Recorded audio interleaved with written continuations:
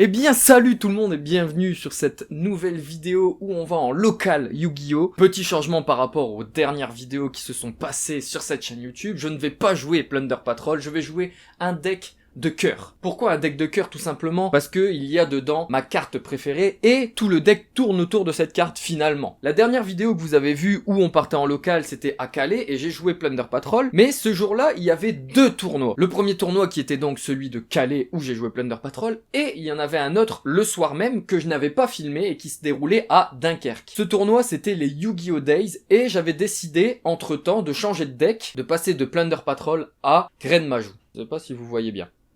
Voilà, c'est un Grenmajou. Donc oui, vous le savez, Grenmajou est ma carte préférée. J'avais donc joué ce deck au Yu-Gi-Oh! Days le soir au tournoi de 9 personnes. Et j'ai fini premier, j'ai gagné le tapis. Et je compte bien rejouer ce deck aujourd'hui dans un tournoi local géré par notre association Roi des Jeux et qui organise ce tournoi à la bibliothèque de Dunkerque. Donc on va pouvoir jouer dans un endroit plutôt contemporain parce que la bibliothèque elle est toute nouvelle. Et je vais vous présenter tout de suite la decklist avec laquelle je vais jouer à ce tournoi et où j'espère pouvoir garder ma première place. Très classiquement, on va commencer avec 3 Grenmajou puisque c'est la carte autour de laquelle va tourner tout le deck. C'est le Bounce Monster qu'on invoque normalement et qui tape à plus de 4000. Et comment jouer un deck Grenmajou sans son meilleur ami qu'on appelle Gizmek Orochi? Une invocation spéciale en bannissant les 8 cartes du dessus de ton deck. Ça invoque spé du cimetière ou de la main. Ça donne un maximum de points à Grenmajou. C'est pour ça que c'est son meilleur ami. C'est à niveau 8 et donc ça va super bien matcher avec les autres monstres qu'on joue dans le deck. Les 3 Bigfoot et les 3 Thunderbird. Je ne joue que ces dangers là parce que j'ai envie de changer un peu. D'habitude je joue aussi Ogopogo et une Engine Dragon, c'est-à-dire avec le dragon blanc aux yeux bleus, le dragon alternatif et des autres dragons type Lévianir. Dans la méta actuelle j'ai pas trop envie de la jouer, peut-être même pas forcément en fonction de la méta, juste parce que j'ai envie de ne pas les mettre cette fois-ci, j'ai pas envie de mettre mes dragons dans mon deck cette fois-ci. Et toute cette Engine Dragon, je vais donc la remplacer par 6 Kaiju, 3 fois le Kaiju Vent et 3 fois Gamme Ciel, le Kaiju. C'est super bien dans la méta actuelle je trouve parce que c'est une carte qui va sacrifier directement les monstres les plus embêtants, comme par exemple Dragoon. Et quoi de mieux pour matcher avec les kaiju que 3 alpha qui renvoient tes propres kaiju en main pour pouvoir re-kaiju encore une fois les monstres de l'adversaire et qui aussi est à niveau 8, c'est pour ça que c'est génial. Et j'ai également ajouté 3 normal summon en plus de Grenmajou dans mon deck. C'est Luna qui va permettre de faire le même effet qu'alpha et ça c'est génial parce qu'en plus de ça c'est un effet rapide et qui va en plus de ça te permettre d'aller tuto un autre exemplaire de Luna. Ça augmente tes probabilités de ne pas toucher le danger que tu vas faire et donc de rajouter un niveau 8 sur le terrain et pouvoir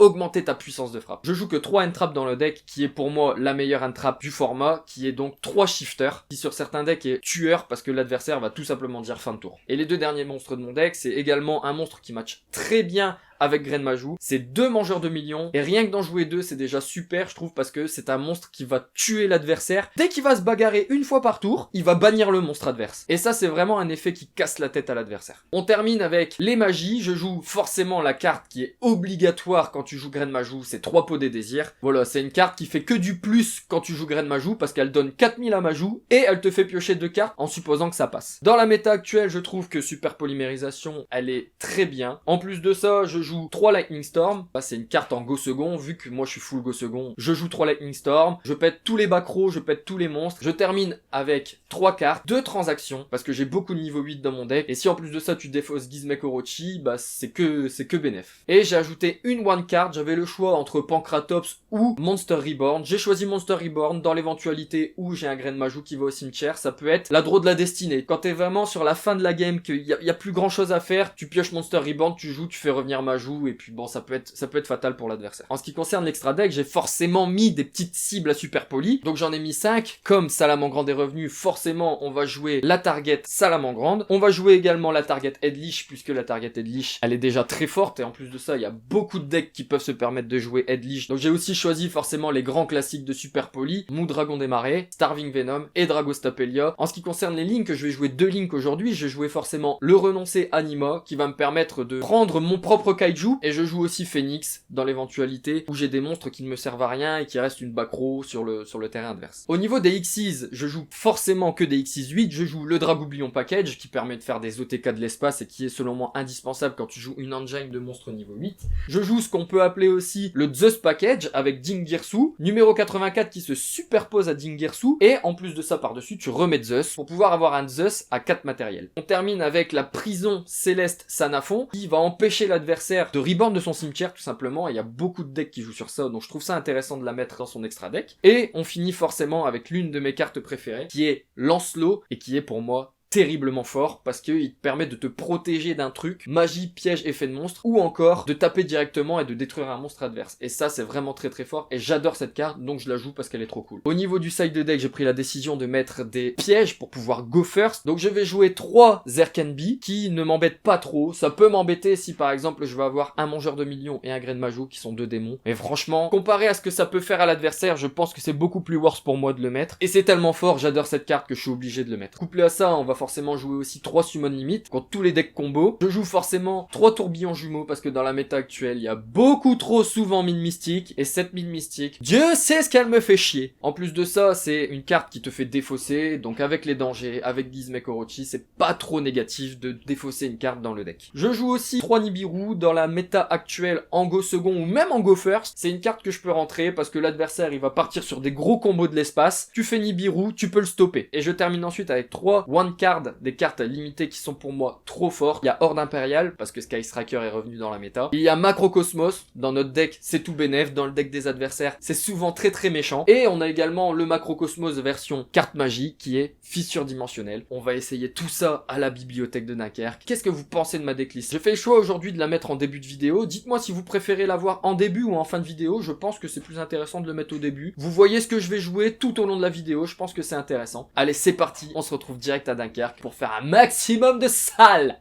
Pour cette première game, mon adversaire joue Salamandre, il va donc aller tuto gazelle avec le cercle, ensuite il va norme renard pour faire son effet, je vais chaîne avec shifter, donc tout va être banni au lieu d'aller au cimetière. Parmi les 3 cartes révélées, il y aura Griffe Salamandre, une carte peu jouée, mais lui le joue, et c'est une carte qui dit donc qu'elle peut être équipée à un monstre Salamandre et que le monstre équipé ne peut pas être détruit ni par effet de carte ni au combat. Il va faire Feu Lynx et il va lui équiper de Griffe Salamandre. Je vais norme Luna, tenter de faire son effet pour aller tuto, sauf qu'il va faire Rugissement Salamandre, ce qui va détruire mon monstre. Ensuite, comme il possède plus d'attaques de son côté du terrain que du mien, je vais pouvoir P alpha, je vais tenter d'attaquer directement Feu Lynx, ce qui fait qu'il va perdre 2500 points de vie, mais comme il est équipé de griffes, il ne sera pas détruit. Mon adversaire fait revenir Roule Boule du cimetière, avec ça il va faire Étalo Mirage avec Gazelle, il va retirer Gazelle pour faire l'effet d'Étalo Mirage SP Jacques Jaguar en mode défense, il va invoquer Sunlight Wolf, avec Sunlight Wolf, Jacques Jaguar et Étalo Mirage, il va faire une Link 3 qu'il va réincarner pour faire passer mon monstre à 500 points d'attaque après avoir réinvoqué Jacques Jaguar.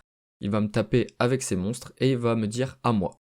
Je vais donc invoquer Luna, je vais tuto une autre Luna, je vais kaiju son monstre et je vais faire l'effet de Luna pour renvoyer les 2 monstres en main. Et ce combo c'est vraiment fort. Ensuite je fais l'effet de Gizmek Orochi, je le spé, j'attaque Jacques Jaguar et je termine mon tour. Mon adversaire va ensuite invoquer un Cyberse, il va faire un Link avec, et donc il va refaire l'effet du Link pour aller chercher le terrain une seconde fois. Il fait l'effet de Jacques Jaguar pour le réinvoquer, il réinvoque Roule Boule, et avec tous ces monstres, il fait Transcode. Effet de Transcode, il va faire revenir Hitléo, qu'il va une nouvelle fois réincarner pour refaire passer mon monstre à 500 en targetant Feu Lynx dans son cimetière. Il va essayer de me terminer en attaquant directement avec Transcode, sauf que je vais réinvoquer Orochi pour pouvoir tanker un minimum et pouvoir jouer le tour d'après. Au tour d'après, je pioche Lightning Storm, ce qui fait que je vais l'activer directement, et je vais donc détruire tous ces monstres en position d'attaque. Mon adversaire aurait peut-être dû faire l'effet de Feu Lynx dans son cimetière pour essayer de tanker un petit peu plus, parce que là je vais faire l'effet de Danger Bigfoot, et je vais réussir à l'invoquer, et je vais attaquer donc directement ses points de vie, faire l'effet de Gizmek Orochi pour le faire revenir sur mon terrain, et terminer ses points de vie en l'attaquant directement avec Gizmek Orochi. Ce qui fait de Orochi le MVP de cette première game. Pour la game 2, je cède juste une carte, j'invoque Mangeur des Minions en mode défense, et je passe turn. Mon adversaire va invoquer un Cyberse, et je vais répondre en activant Zerkenbi, ce qui va le faire pass turn après avoir set une carte. La carte est vraiment trop forte contre Salamandre, c'est abusé. Je fais l'effet de Thunderbird, je l'invoque, et je défausse Bigfoot. Donc effet de Bigfoot, je vais péter son monstre. Je fais Peau des Désirs pour défausser 10 et piocher 2, je pose mon monstre en mode attaque et j'attaque directement ses points de vie. En main phase 2, je vais activer Fissure Dimensionnelle, tous les monstres vont donc être bannis au lieu d'aller au cimetière, je set une carte et je termine mon tour. Mon adversaire, jusque la fin du duel, ne va faire que passer son tour et je vais donc taper et à un moment donné, il va concéder, ce qui fait que je vais gagner parce que Zerkenbi tue son deck et peut-être que dans son deck, il n'avait aucune out, et ce qui fait de Zerkenbi la MVP de cette deuxième game. Pour le deuxième round, je joue contre le bro Antoine que vous avez vu dans la vidéo du quiz, qui a d'ailleurs gagné le quiz. Il va commencer avec Peau d'Extra et il va juste set 2 cartes. Moi je vais draw, je vais faire l'effet de Thunderbird, et il va lancer son dé, il tombe sur la troisième carte, c'est Kaiju qui est défaussé, je spé donc Thunderbird, et je draw 1. Je fais pot des désirs, et il va me hache, c'est vraiment triste. Parce que quand tu haches un pot des désirs et que t'as pas d'autres ressources pour pouvoir continuer, eh ben c'est dur. Là je vais essayer de taper directement, mais il va tanker avec Conquistador, donc ce qui va lui donner accès à un piège au cimetière. Il va refaire un extravagance pour pouvoir en plus de ça avoir accès à Nadir et envoyer Titanic Lad au cimetière, donc il va pouvoir tuto en end phase, et en plus de ça il va tuto Ecclesia. Avec Ecclesia il va tuto Sentence, qu'il va envoyer au cimetière avec Edlich pour pouvoir envoyer mon monstre au cimetière. Là il va faire l'effet d'Edlich pour pouvoir le respect. Il va avoir plusieurs accès à d'autres ressources parce qu'il va faire l'effet de Titanic Lad et les effets de ses pièges pour reset des pièges Edlich, ce qui finalement est très fort.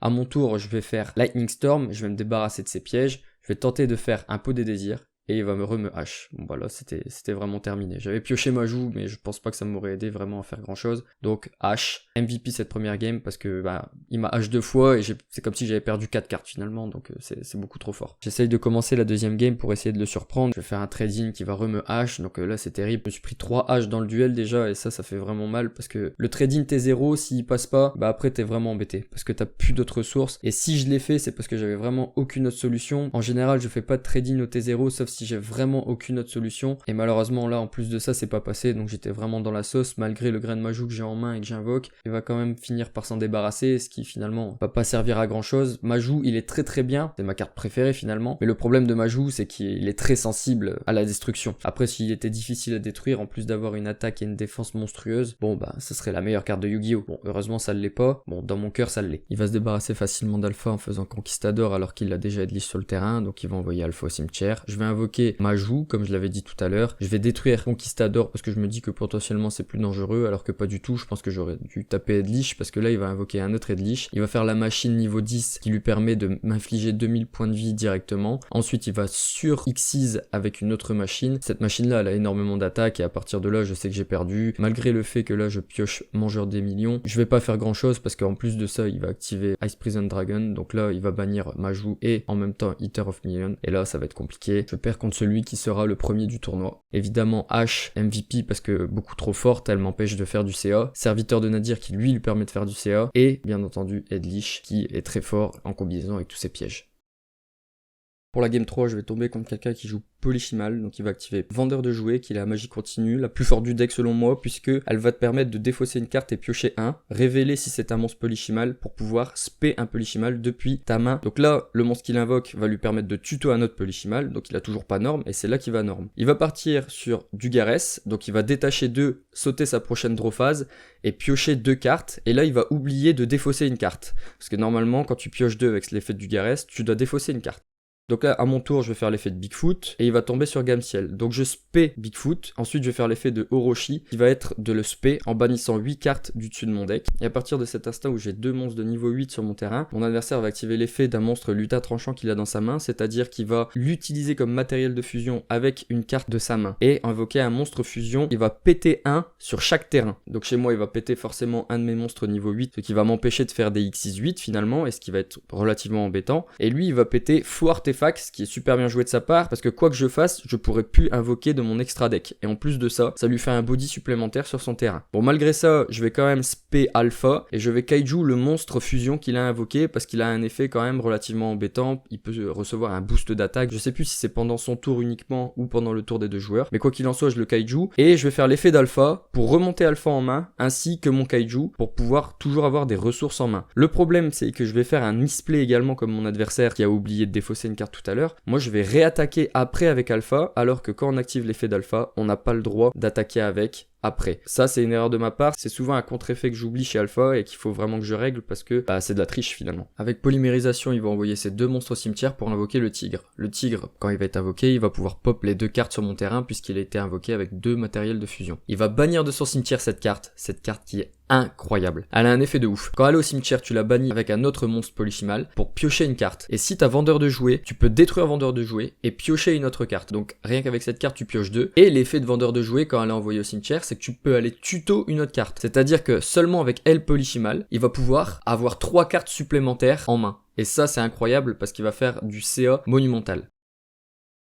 En invoquant ces monstres, il va invoquer Bahamut. Je sais que Bahamut a pour but d'invoquer Crapaud, donc je vais faire à l'invocation de Bahamut l'effet de Gizmek Orochi pour réavoir un body sur le board et éviter de me faire démonter. Surtout que Bahamut, il peut pas attaquer lorsqu'il fait son effet. Donc ça va me permettre de tanker un peu certains points de vie et de pouvoir potentiellement revenir sur la game d'après. Là, il va faire l'effet de Ours Polychimal, il va l'envoyer au cimetière pour aller chercher un vendeur de jouets qui va poser directement sur son terrain. Il va ensuite l'activer et l'avantage de vendeur de jouets, c'est que ce n'est pas une fois par tour. Donc il va redéfausser une carte pour repiocher un, révéler, comme c'est un monstre Polychimal, il va l'invoquer. Et c'est là que mon adversaire va faire un misplay parce qu'il va invoquer la pieuvre grâce à l'effet de vendeur de jouets. Sauf qu'il va confondre ces deux effets. Le premier effet qui dit que lorsqu'elle est invoquée spécialement ou normalement, tu peux récupérer une carte Polychimal dans ton cimetière en main. Et quand elle est utilisée comme matériel fusion pour invoquer un monstre fourreur, je crois, ou Polychimal, tu peux cibler 2 cartes d'archétype bannies pour les remettre dans le cimetière. Et là, malheureusement, il va confondre les deux effets, ce qui va lui permettre de réavoir accès à elle Polychimal dans son cimetière, ce qui va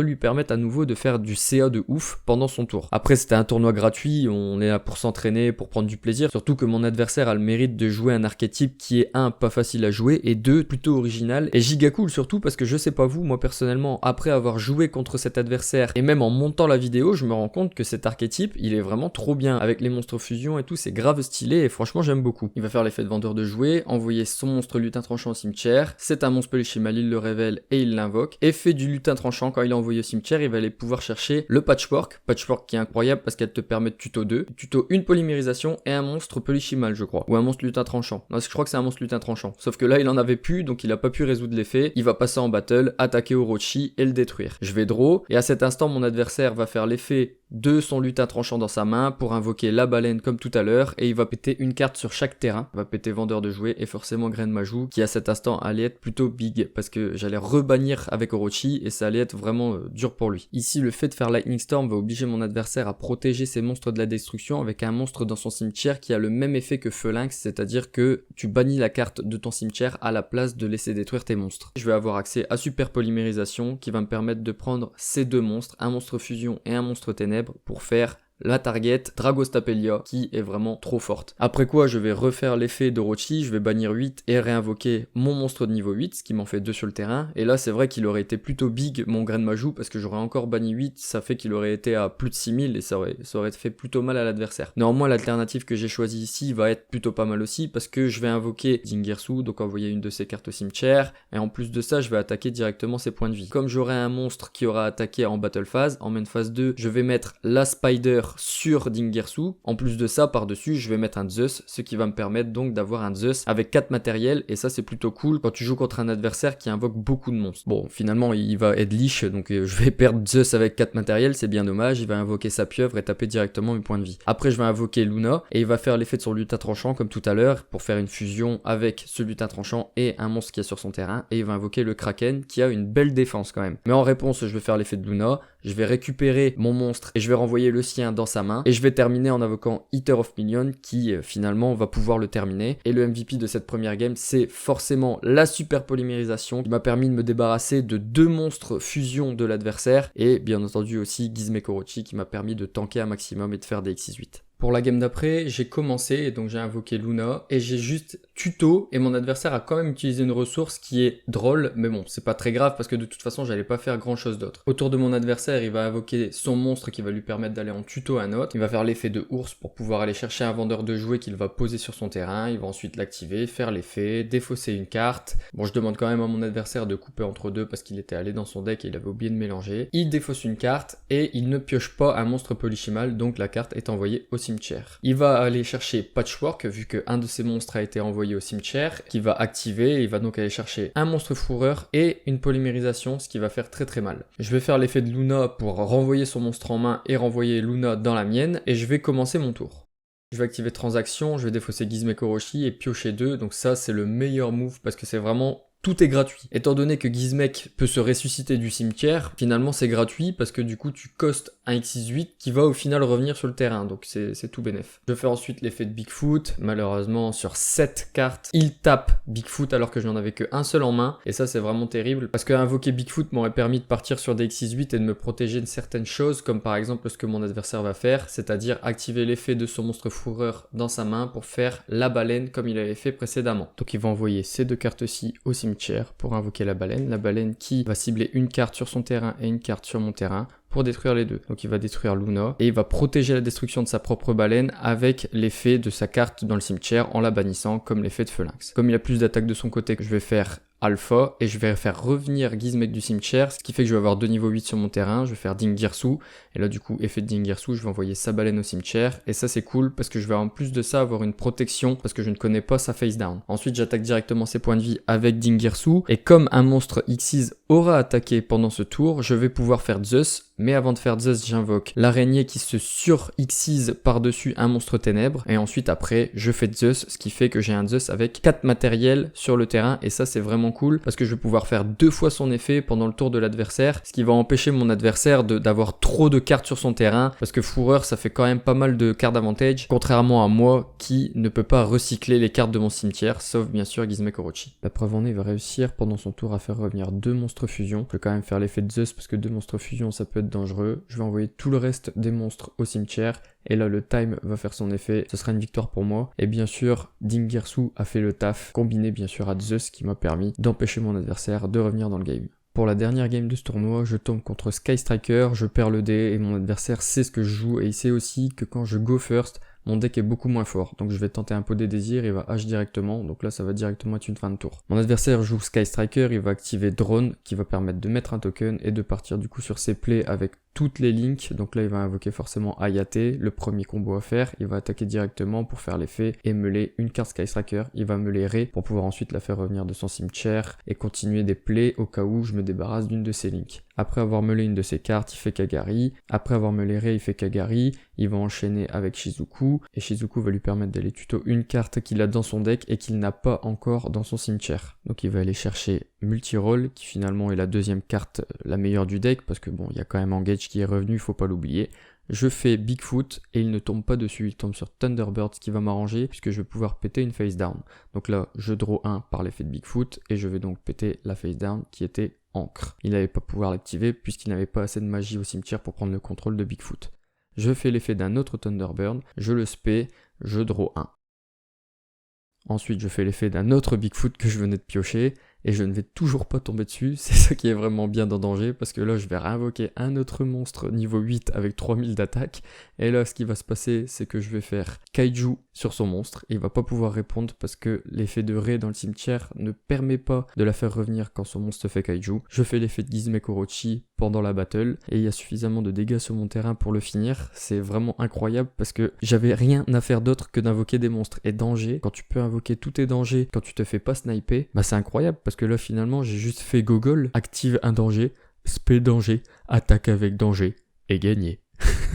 Après je dis ça mais ça m'est pas arrivé souvent comme situation et pour une fois que ça m'arrive, eh ben je vais dire tant mieux. Tout comme mon adversaire qui dit tant mieux quand il fait l'effet de son terrain et qu'il révèle Multiroll, la deuxième meilleure carte de SS. Il va dire tant mieux aussi. Donc forcément il va activer sa carte, il va faire l'effet sur le terrain et quand le terrain est pété, il va pouvoir spé Ré depuis son deck. Comme Ré a été spé, il va pouvoir faire l'effet de Rose dans sa main pour l'invoquer spécialement. Je vais répondre avec Zerkanbi, parce que Zerkanbi est une carte plutôt pas mal contre Sky Striker, puisqu'elle empêche l'adversaire de refaire des links avec les links qui est déjà sur son terrain, étant donné que toutes les links sont des cartes machines. Après bon, c'est pas une carte incroyable non plus contre lui, parce qu'il peut quand même jouer au tour, mais c'est quand même quelque chose qui va le ralentir, et c'était l'une des seules cartes Go First que j'avais dans mon side, et que j'ai touché actuellement. Vous allez voir que je vais perdre cette game, et que la game 3, je vais toucher une autre carte de Go First en side, et qui pour le coup va être plutôt pas mal, vous verrez ça lors de la dernière game, parce que je vais pas avoir suffisamment de ressources sur cette game pour pouvoir survivre finalement. Là vous voyez, j'ai fait les effets de Bigfoot, je me suis fait toucher le Bigfoot, je vais devoir faire l'effet d'Orochi sur mon terrain pour pouvoir le spé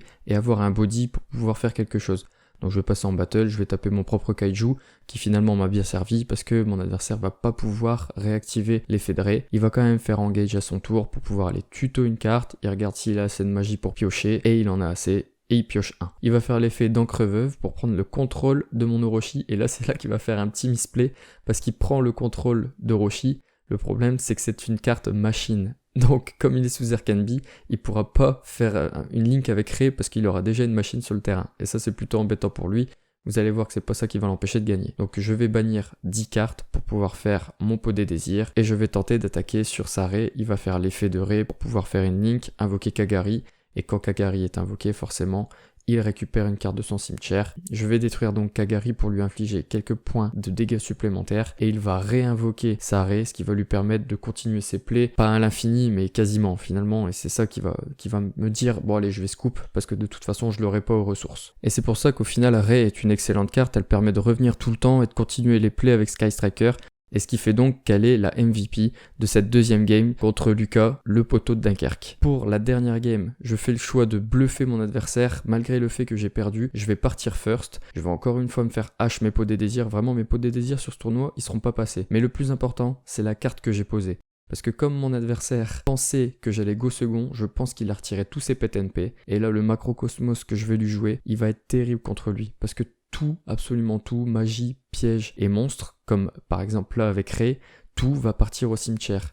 Et du coup là il va vraiment être embêté parce qu'il va mettre des dégâts certes, mais là par exemple il va faire l'effet de Ré pour pouvoir invoquer une Link, avec Shizuku il va pouvoir aller tuto en une phase, mais le problème c'est que si je me débarrasse de ces monstres, ils pourront plus jamais revenir parce qu'ils seront bannis. Et là il va être bloqué sur ce coup là. Et moi je pense vraiment que j'ai bien fait de jouer cette carte parce que là je vais partir dans des plays très très simples avec Gizmek. Je vais le faire venir sur le terrain, même de ma main, il est parti de ma main. Là je fais venir Grenmajou et donc ça fait que Grenmajou il a déjà pas mal d'attaques.